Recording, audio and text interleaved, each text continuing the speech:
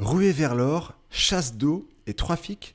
Oui, oui, tu as bien compris. Ruée vers l'or, chasse d'eau et trafic, ce sont trois des éléments du sujet du jour. C'est parti.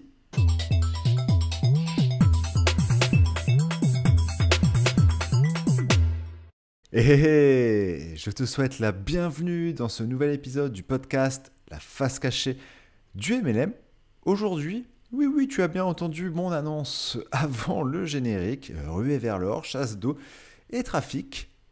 Et ces trois sujets sont des éléments qui t'aideront toujours, c'est le but du podcast. Donc là, à développer ton MLM, mais là, à comment attirer plus de prospects, et des prospects qualifiés, des prospects en or, et pas des prospects chasse d'eau, dans ton MLM. La ruée vers l'or, ça te parle? En 1848, en Californie, il y a un charpentier qui découvre de l'or, en tout cas quelque chose qu'il estimait précieux, donc c'était de l'or en l'occurrence, dans une rivière. L'expérience se propage, en tout cas l'information se propage plutôt, et beaucoup de personnes commencent à comprendre qu'ils peuvent s'enrichir avec ce modèle d'affaires. Ça te fait penser à d'autres modèles? Donc ce charpentier, il découvre de l'or dans une rivière, il en prend, bref, il comprend que ça a une valeur, l'expérience, en tout cas l'information se propage, et pendant 8 ans, tu as ce qu'on appelle la première ruée vers l'or. En 8 ans, tiens-toi bien, il y a plus de 300 000 personnes, 300 000 prospecteurs d'or, 300 000 chercheurs d'or, qui sont venus en Californie dans le but, eux aussi, de s'enrichir. Tu sais, l'être humain, l'homme, la femme qui veulent s'enrichir, cela ne date pas du MLM, ça date de bien avant. Et pourquoi je te parle de chasseurs d'or, du charpentier, bref, vraiment une épopée, et je me suis un peu documenté là-dessus, et j'ai vraiment envie maintenant de regarder des reportages, c'est ultra passionnant. Pour collecter de l'or, grosso modo, tu as quelque chose qui s'appelle la gold line. C'est le flux de l'or qui va circuler à certains endroits dans une rivière. Ça va partir d'un point A, donc du début de la rivière, jusqu'à la fin de la rivière, appelons la fin de la rivière le point B. Tu remarqueras que j'ai pas trop de vocabulaire, tu sais, amont, aval, tout ça. Moi, je reste très un peu scientifique, donc point A, point B. Donc tu as l'or qui circule, et on peut intercepter l'or à certains endroits de cette rivière pour prendre de l'or qui est en train de circuler. Donc tu as cette première partie, cette première manière de collecter l'or, et tu as également de l'or qui va se bloquer dans les obstacles naturels. Par exemple, voilà, disons qu'il y a, je ne sais pas, hein, je ne suis pas un spécialiste de l'or, mais voilà, à certains endroits, dans une sorte de petite cavité, avec des roches qui sont installées, avec le courant, avec le volume d'eau, parfois il y a des phénomènes qui vont faire que l'or va se stocker à un endroit. Ok, donc c'est un peu les deux manières de collecter de l'or, en tout cas à l'époque de la ruée vers l'or, et je pense que c'est un peu comme ça aujourd'hui également. Et à l'époque, donc du coup, les chercheurs d'or en Californie, ceux qui arrivaient à collecter le plus d'or et donc le plus d'argent, c'est clairement ceux qui arrivaient à installer un dispositif en plein milieu de la rivière qui allait vraiment collecter toute cet or. Ok ? Et il y a d'autres personnes qui eux, n'avaient pas ce dispositif à mettre en place au milieu de la rivière. Et donc, du coup, elles cherchaient les obstacles naturels pour vraiment récupérer de l'or à cet endroit. Aujourd'hui, c'est encore un phénomène qui existe. J'ai vu une chaîne YouTube à ce sujet, en tout cas une vidéo YouTube, je ne sais pas si la chaîne est à ce sujet, mais c'est ultra intéressant. La personne, elle a une sorte de, alors je ne sais pas comment ça s'appelle, une sorte de petit dispositif avec des trous pour filtrer l'or, et elle se met à certains endroits, et elle a réussi elle comprend les cours d'eau par rapport au courant où elle doit se positionner. Enfin, il y a vraiment, je ne sais plus le nom de cette discipline, mais c'est ultra intéressant. Ok ? Voilà. Donc c'est aujourd'hui comme ça qu'on collecte l'or. Et je vais te lier cette histoire de collecter de l'or à ce qui vient d'arriver, à ce qui vient de m'arriver, pardon, avec une histoire de chasse d'eau. Cet après-midi, donc là, à l'heure où j'enregistre le podcast, il est mercredi 20h. Généralement, à cette heure-ci, j'ai arrêté de travailler depuis 19h. Mais là, je l'ai fait plus tard parce que cet après-midi, j'ai eu un problème avec ma chasse d'eau. J'y connais rien en bricolage. Si un jour tu as une question sur le bricolage, ne me fais pas confiance, s'il te plaît. Enfin, peut-être dans 10-20 ans, parce que c'est quelque chose que j'aimerais bien développer. Je trouve ça ultra intéressant. Je trouve qu'il y a beaucoup d'accomplissement dans le fait d'avoir un souci, dans les métiers manuels, d'avoir quelque chose. Tu vois vraiment l'évolution de ton travail, tu sais. Aujourd'hui, je fais un petit parallèle, mais tu as beaucoup de choses qu'on appelle les bullshit jobs. Tu sais, les cadres dans une multinationale où on a vraiment du mal à mettre un sens sur le métier qu'on fait. Avant, j'étais business analyst dans le secteur automobile. J'étais content de mon boulot, mais bref, parfois, je me posais cette question du sens. Ok, j'avais du mal voilà, je générais plus de chiffre d'affaires pour les constructeurs automobiles. C'était abstrait. Et c'est pour ça que j'ai choisi le MLM. C'est beaucoup moins abstrait dans la manière que tu vas faire développer les gens, et je mettais beaucoup plus de sens dans tout ça. Bref, tout ça pour dire que j'y connais rien en bricolage. J'avais un problème de chasse d'eau, et moi j'ai le réflexe, quand j'ai un problème comme ça avec la chasse d'eau, je me dis, ok, Guillaume, quelles sont tes compétences en chasse d'eau? Aucune.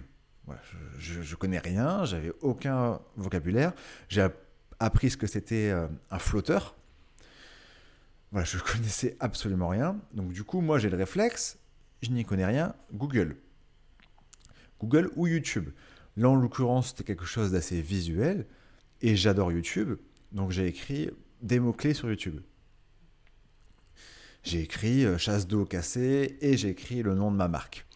Je suis tombé sur une vidéo sympa, mais pour un autre modèle, de quelqu'un, une chaîne YouTube qui s'appelle, alors je l'ai noté, Linstan. J'espère que je prononce bien. Et ben, il m'a apporté de la valeur, il m'a fait comprendre quelques trucs sur les chasses d'eau. Voilà, j'ai pu avancer sur le mécanisme. Et via sa vidéo, il a résolu un problème donc, qui n'était pas le mien, car j'avais un autre modèle de chasse d'eau. Bref. Et je me suis dit, bon voilà, j'ai cherché un peu du coup ailleurs sur Google, j'ai pas trouvé. Et je suis retourné sur la vidéo YouTube de Linstan. Et en fait, en commentaire, j'ai vu qu'il proposait des visios, une demi-heure à un prix vraiment intéressant. Et du coup, alors je ne vais pas dire le prix parce que peut-être que tu écouteras ça dans 3 ans, avec son succès, ce sera plus cher. Mais en tout cas, c'était vraiment pas cher comparé à un plombier classique. Et je l'ai appelé, du coup, et on a passé une demi-heure, un peu plus d'une demi-heure ensemble. Merci beaucoup. Super pédagogue, visio, donc je filmais mon problème, il me disait quoi faire, il était vraiment pro dans ça. Il m'a dit, j'ai vraiment compris le système de chasse d'eau, et il a résolu mon problème. Et après, il m'a donné des liens pour aller plus loin, parce que bref, je dois changer une pièce. Et comment changer la pièce? Donc il m'a apporté un maximum de valeur. Et en plus du prix, j'ai développé des compétences. Pourquoi je te raconte ça? C'est que on s'en fiche de la chasse d'eau, enfin en tout cas dans ce podcast. C'est comprendre le processus. C'est comprendre le processus, et que maintenant, si j'ai un problème, dans une chasse d'eau, j'irai le consulter de nouveau cette personne. Maintenant, il faut comprendre le processus par rapport à la ruée vers l'or.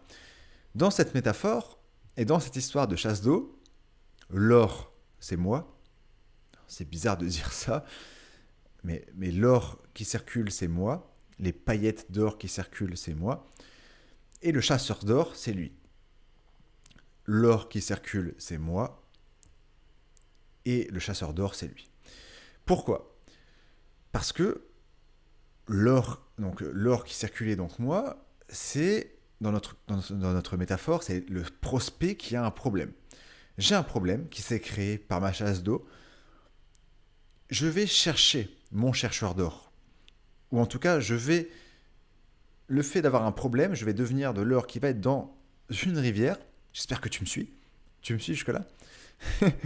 Et dans cette rivière, il y a Linstan, le chasseur d'or, qui a installé son mécanisme en plein milieu de la rivière. Et moi, l'or, je suis rentré dans son mécanisme et il m'a collecté. Il m'a collecté pourquoi? Parce qu'il s'est mis à un endroit. Et l'endroit, c'est quoi concrètement? C'est YouTube. Et j'ai écrit mon mot-clé. Chasse d'eau cassée avec le nom de ma marque, j'ai oublié le nom. Donc il a fait cet effort de se positionner dans la rivière pour me collecter, moi le prospect. Et voilà, et j'ai dépensé mon argent car il s'est mis à un endroit où il m'a collecté. Ok? Et c'est comme ça aujourd'hui.